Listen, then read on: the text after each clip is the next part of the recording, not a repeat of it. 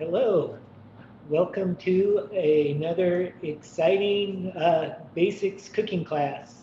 Tonight we're looking at chicken piccata, and which is a classic Italian dish um, involving some lemon butter and caper sauce, and chicken breast. If you would like and you're prepared, this would be a class that you could cook along with me. So the first thing I have going here is I've got my pan just warming up on low heat. And I'm using this induction burner, so it takes a bit, and that's why I have that going. But if you have a gas stove or a quicker heat source, then you don't need to be doing that. But that's the first thing I've done here. Um, let's go ahead and, well, let's talk about questions. During this class, you're welcome to ask questions or make comments, and they'll be relayed to me, and I'll try to answer as best I can, or we can get back to you via email. You have a little box on your Zoom meeting there where you can ask me questions. So please utilize that. And here's the recipe, and we're just going to show this for a minute. This is the recipe card, which is available in the stores. It's also available online at basicsmarket.com, where we have many recipes up and these classes, which have been recorded and posted, as well as some skills videos, including how to butterfly a chicken breast. So if you want to reference that when you get into this recipe, it's up already on the website, basicsmarket.com. But let's just have a quick look at the ingredients here for the chicken piccata. Um, so you're going to be using a skinless and boneless chicken breast. You need a little bit of flour and a little bit of rice flour, and this is for the dredging, and that's simply just lightly coating the chicken breast before it goes into the pan, and that provides a nice crispy exterior. Um, so we're using all-purpose flour and we're using rice flour. If you have a gluten-free diet, you can use all rice flour. And we're using the combination because rice flour does have a great crispy texture, so it's a nice addition to this recipe. You'll need salt and pepper, a little bit of avocado or grapeseed oil or some other neutral oil. I'm using actually canola oil, which is a neutral oil. And a neutral oil is simply an oil that doesn't carry flavor along with it, like olive oil has a really lovely flavor, but it is a flavor. So we're looking for a neutral flavor here to let the butter flavor really shine through. And that brings us to the butter. And I have a couple tablespoons of butter. We're going to use it in two different spots during this recipe. And I've got these pre-measured by simply slicing from the cube of butter. I'm using our own brand Lulabelle's butter, which we sell at the Basics Market, and it's a really great fresh product made right here in the Willamette Valley. Um, then I've got a shallot, and a shallot's just this little guy. It's like a small onion. Um, and then we've got some chicken stock. You can use chicken stock or white wine, and that we're going to get into that. That's to make your pan sauce. So that's another skill we'll be looking at during this class. Some lemon for lemon juice, and one lemon should be plenty to get your 2 tablespoons of juice. Um, and then we've got the capers. And so here's a little bottle of capers, and this is usually how they'll come. Capers are the unripe bud from a caper bush. They're the flower bud, and they've been dried in the sun and then pickled. And they have a really nice tangy flavor, and they give a lot of depth of flavor to a dish. So we'll be using some of those capers.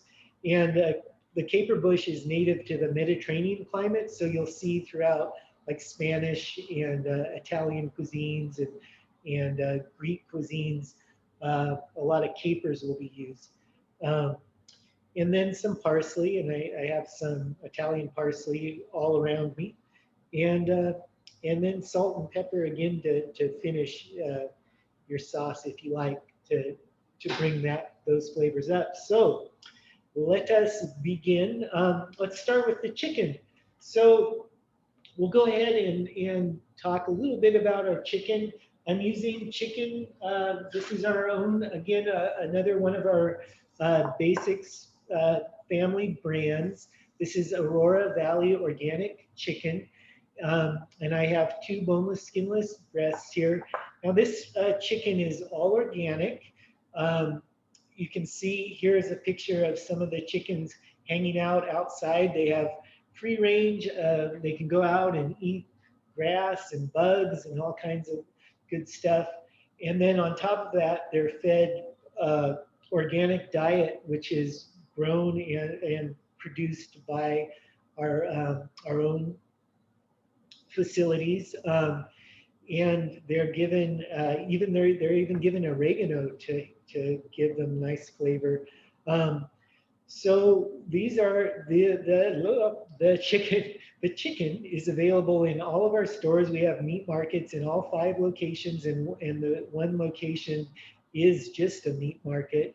Um, and so you can always find our great chickens there, whole chickens or pieces. And the butchers are very friendly and knowledgeable, and they'll cut any sort of pieces of chicken you like. But here we're using boneless, skinless breast, and I have 2 here.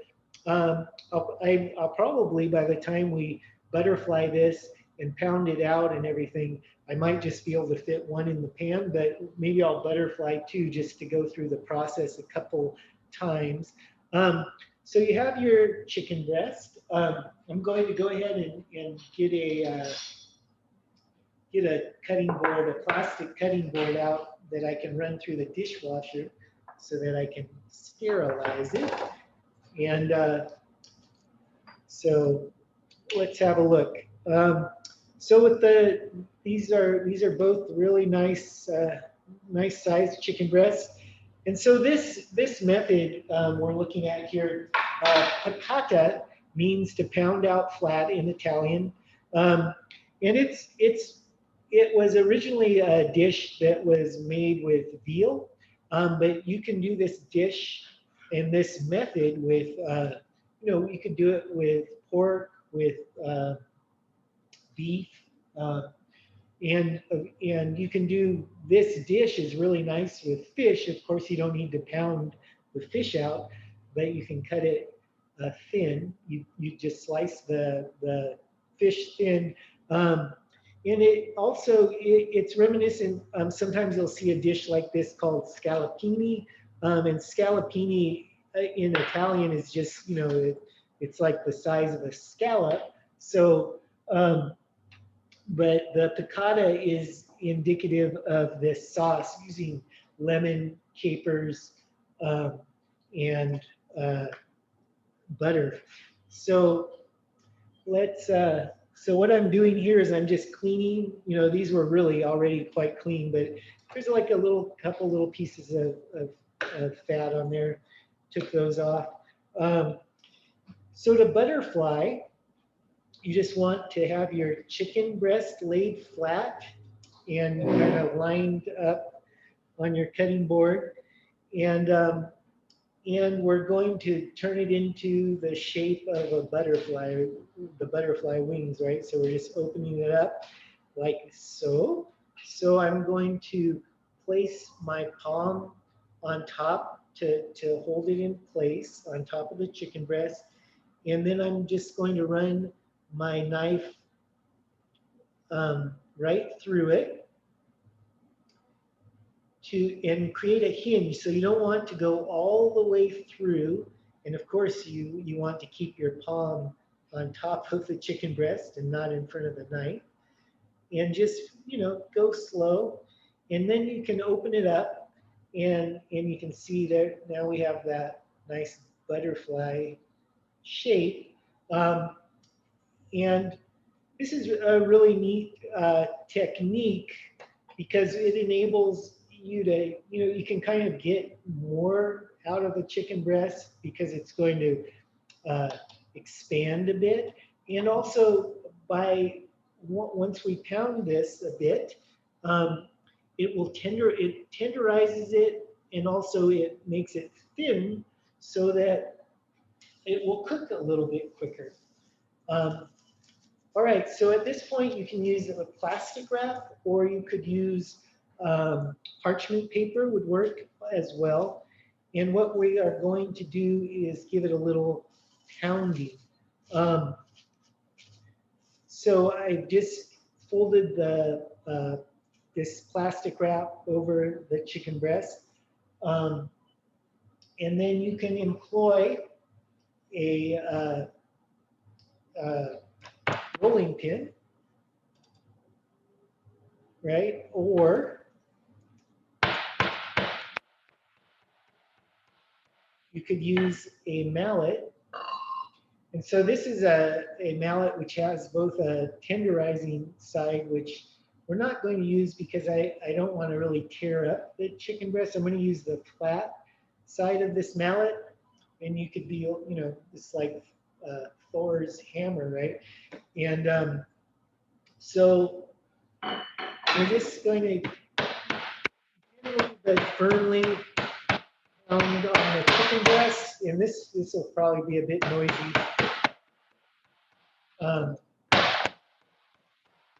I apologize for that. And you want to just do good, firm strokes, but you don't want to tear the chicken up. And so the goal here is to get an even thickness throughout.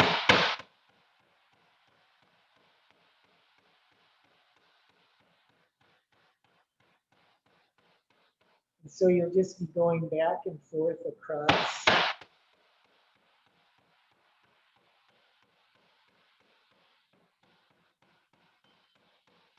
You can see it's getting a little expansive, right?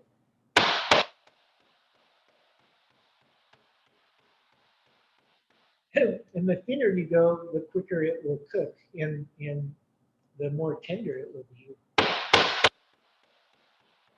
So this is also the method. This is how you would start if you're doing, say, a schnitzel, like a pork schnitzel, same sort of deal.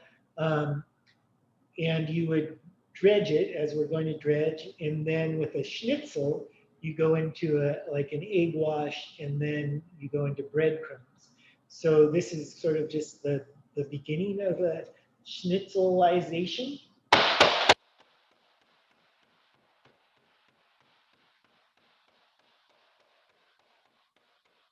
All right. So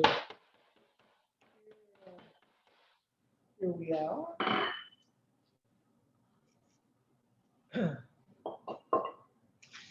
Let's see what we've got. So that looks pretty good. So now I'm going to go ahead and move this guy off. And well, as I mentioned, let's butterfly one more just to get that butterfly down. So again, you want to remove any excess fat or cartilage kind of stuff. And again, this is a very nice clean chicken breast here. And we're going to place our hand on top, our palm, and just cut right down the middle. Nice even stroke, and then flatten out. And then we could pound this piece out. We will have a recording of this class available up on the Basics Market website, basicsmarket.com, where you can find all our previous classes posted. Okay, so next step, we're going to go ahead and make our dredge. So we will be using um, some all-purpose flour. I just got some Bob's here, and we're going to go 2 tablespoons of flour, all-purpose flour, and 2 tablespoons of rice flour. So there's our all-purpose. And then this is just white rice flour. And as I mentioned before, this gives a great crispy texture. And it's really a good thing to have in your pantry. It's also really great. Rice flour is really good for thickening sauces and soups and things, especially if you are avoiding gluten. It works really well for that sort of thing. And not a lot of people have rice allergy, so it's a good thickener. Okay, so simply just mix those flours together, and at this point, you know, you could season this also if you wanted to add a little extra seasoning or what have you. But we're going to have plenty of flavor with our sauce and all that in this case.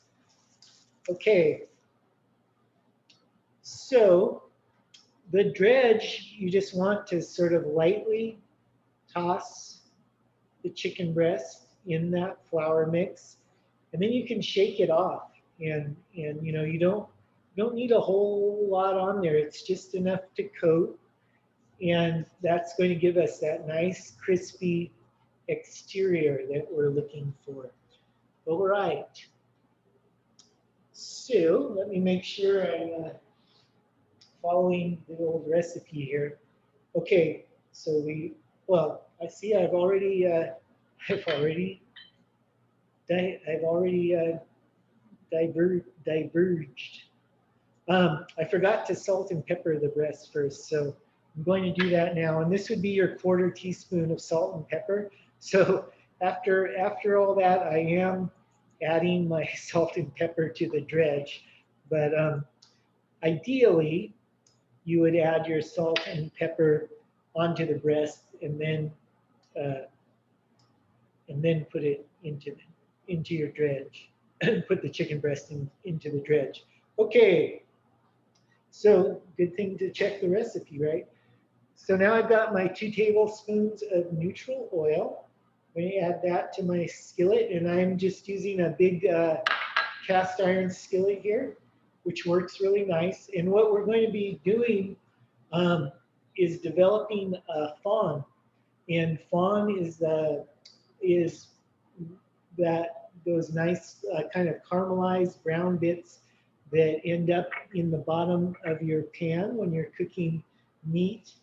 And it's the base for getting a lot of flavor in a pan sauce. So I put the oil in, then the butter in, and that oil should prevent the butter from burning. And it may brown a little bit, and that's okay. That's tasty. So you want to see that sort of foaming of the butter, which you can see there. And then I'm just moving that around, and you can see it's a good amount of oil with the butter and oil. So it's like a nice shallow fry, or a heavy saute. You could either way you want to look at it. Okay. Now we're going to go ahead and drop our chicken in there.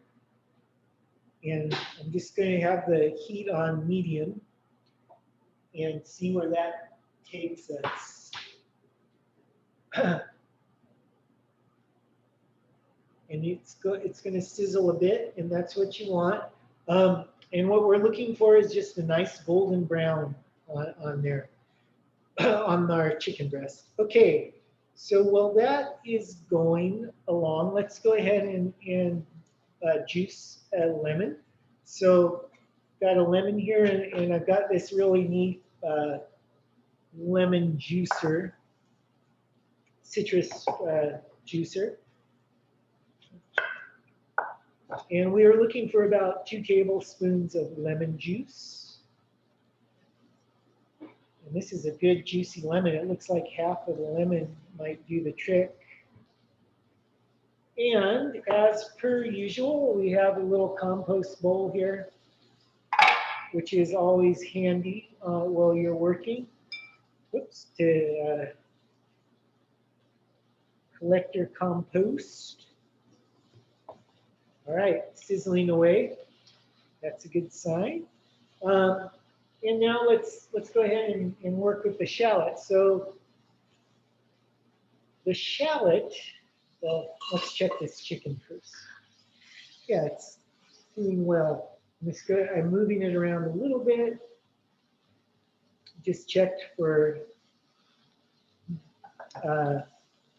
brownness. Okay, so the shallot we can treat like an onion, you know, and take the stem end off.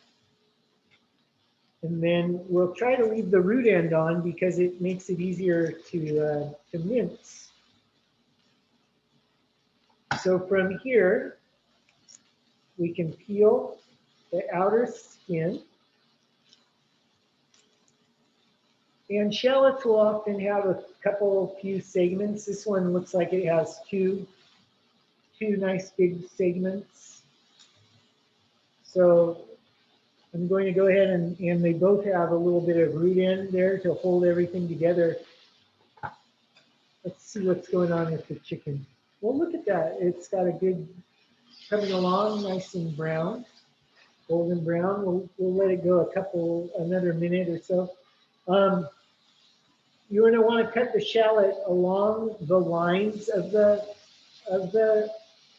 shallot. There you can see the lines. And so you just want to cut first all the way down to the root end along those lines. And then we'll cut across, and this will get you a mince right away. Okay, that's good. That's some good color on there, right?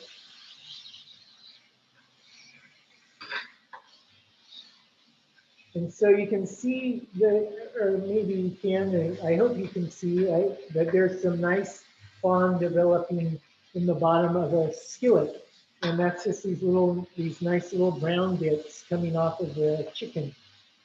And having that little bit of flour on the chicken breast will also help thicken the sauce with those little bits that are stuck on the pan there. Okay.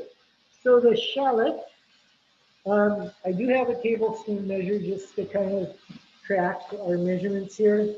So we've got 1, 2, 3. So that's approximately 3 tablespoons, which is what we're looking for. So I have a little shallot left, which is great. Use that for something else. And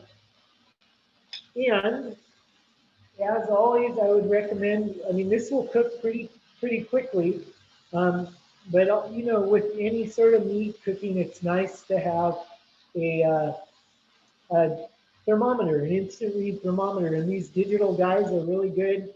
You can pick them up for usually $12, $15, and they'll give you an accurate read on your meat. So with chicken, you're looking for 165 degrees. And let's see where we're at.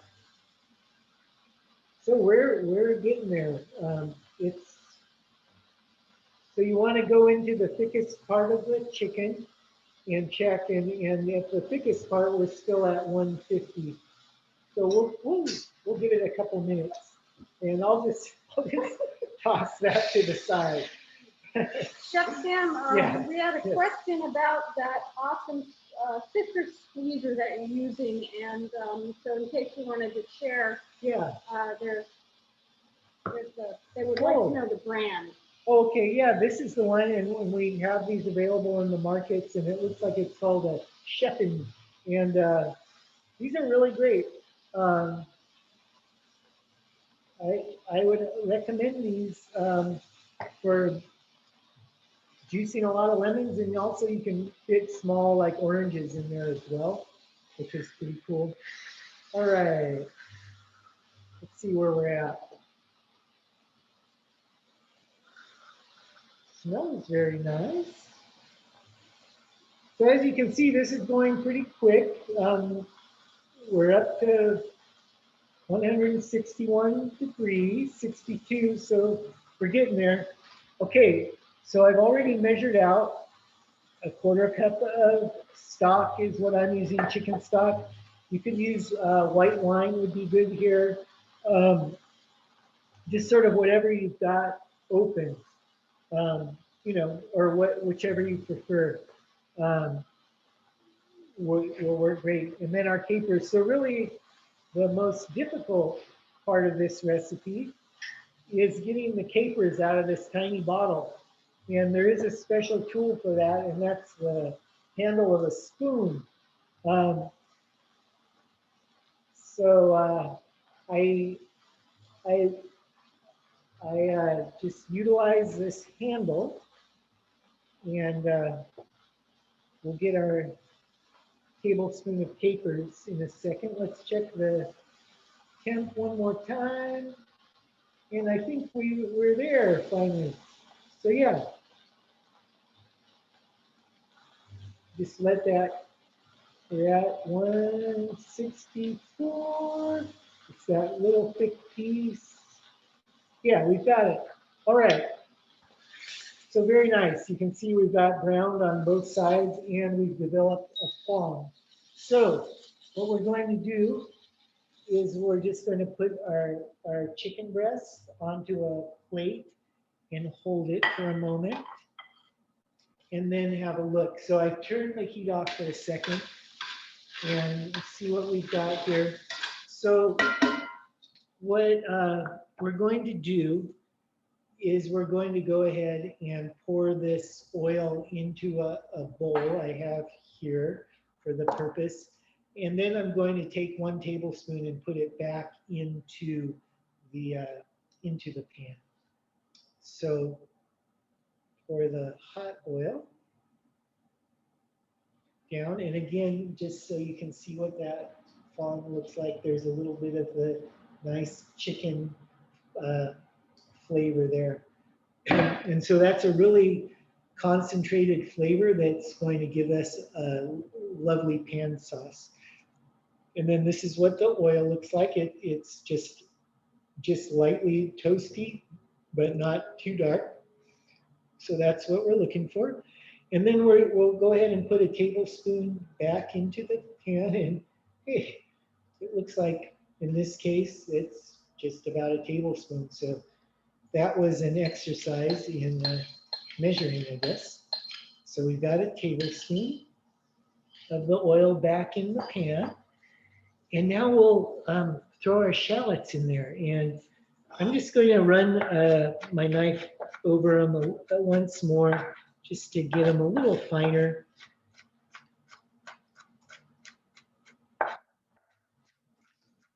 And shallots have a really nice sweet flavor, which will be a good counterpoint to the tang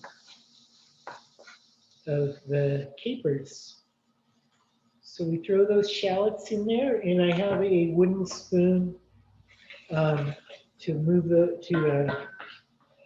toss those around there in the skillet, bring the heat back up to medium. A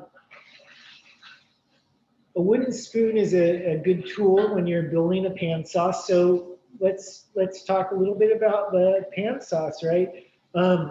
Pan sauces are a real simple way, a real effective way to get the most flavor out of any piece of meat when you're doing a pan cook like this.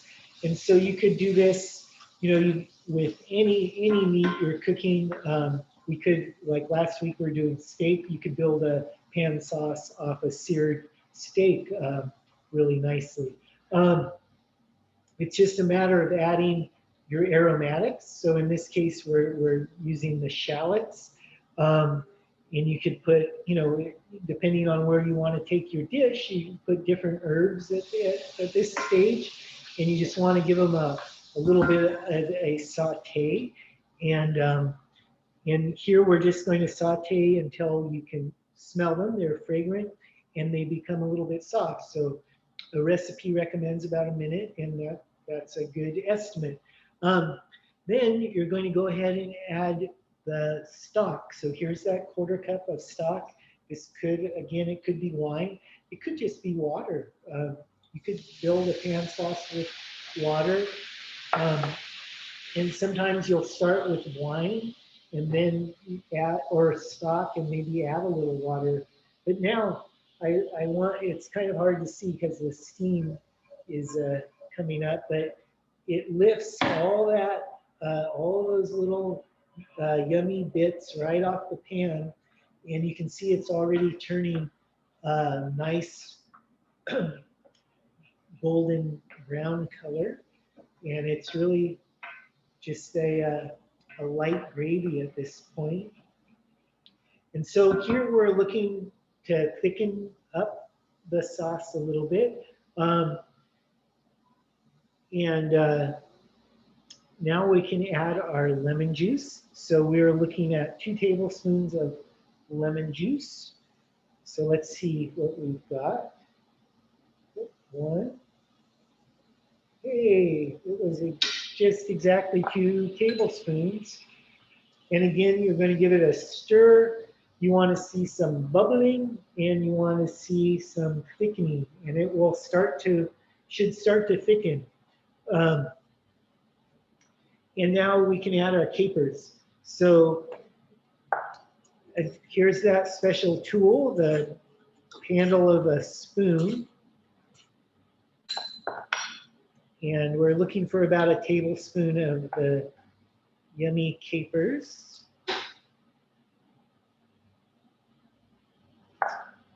Now these capers are the non-harel. I'm sure I'm pronouncing that incorrectly, but that means unparalleled, and that's your smallest size caper. And they say that these small capers have the best flavor and the best texture. Chef Sam, someone was asking about capers that come packed in salt. Are you familiar with that at all? I have not used those, but so someone's asking about capers which have been packed in salt, and you know, I haven't used those, but I have read about, you know, there's different methods for preserving the capers. So pickling in vinegar-based brines and salt brines, and just salted. These are all methods for pickling the capers. So I mean, that sounds intriguing, and if that's what you've got, by all means use those. It sounds very interesting. Okay, so you can see we've got the sauce is a nice syrupy consistency. It's thickened up for us, and now we can add a little bit of parsley. So here's some parsley which I've already washed, and this is Italian parsley. So nice big leaves, and so with the parsley you can scrape the leaves off with your sharp knife, your chef's knife. And Sam, another caper question just came up. Okay. Someone would like to know if there is a substitute for those, since they can be high in sodium. So would you suggest something else to replace those, or another alternative? Yeah, I mean, one thing that can be used in place of the capers is nasturtium buds. And so if you happen to have nasturtiums in your yard or garden, those can work, and you don't need to pickle them necessarily. Some people do pickle them. Olives is another substitute that people use for capers, but again, you're looking at kind of a high sodium content with olives, but I guess that depends on the brine too. There are different types of olives out there, so that might be something to look at. Um, and you could make this sauce without the caper element, and it would be a little different, but it would still be delicious. You've got your butter, lemon, and shallot, and maybe just throw some other herbs you like in there, and it would be tasty. Okay, so I'm simply chopped up this parsley, and just use an amount of parsley that looks good to you, and that's going to add some nice color and some great flavor as well. And there we go. And we are going to spoon that over our chicken breast. So let me grab my serving platter. And important with a knife and fork. So let's just have a look at this. You can see we've got a nice golden brown on both sides, a good crispy exterior, and it should be really good and tender inside. And so I've got my caper spoon here, which can double as a spoon for the sauce. And again, if you wanted this sauce to be looser, you could add more stock or wine or water, and and get it a little saucier. This is a really nice consistency for just coating the chicken, and it looks great. Maybe I'll add a little fresh parsley on top. And often you'll see this dish with a lemon wedge. So to make a lemon wheel, you just slice across the lemon, and you can remember, you always use your claw, right? And then hold your knife right there at that fulcrum between the handle where the blade starts, that balance point, and that's your safest way to use a chef's knife. Okay, so with these guys, you could, if you cut the lemon about 3/4 of the way up, you can make a little twist, and it kind of looks cool, right? And so then you'd have a lemon to squeeze on there if you like, or you could just put it on the side, and maybe a little sprig of parsley. I mean, this dish is so quick, you can spend a lot of time making it look pretty, and of course eating it. So let me get rid of some of this superfluous cooking equipment, and let's have a bite. All right. Oh, what did I do? I got rid of the knife and fork. Okay, so let's see what we've got. So it's tender enough to cut with a butter knife, which is a good sign.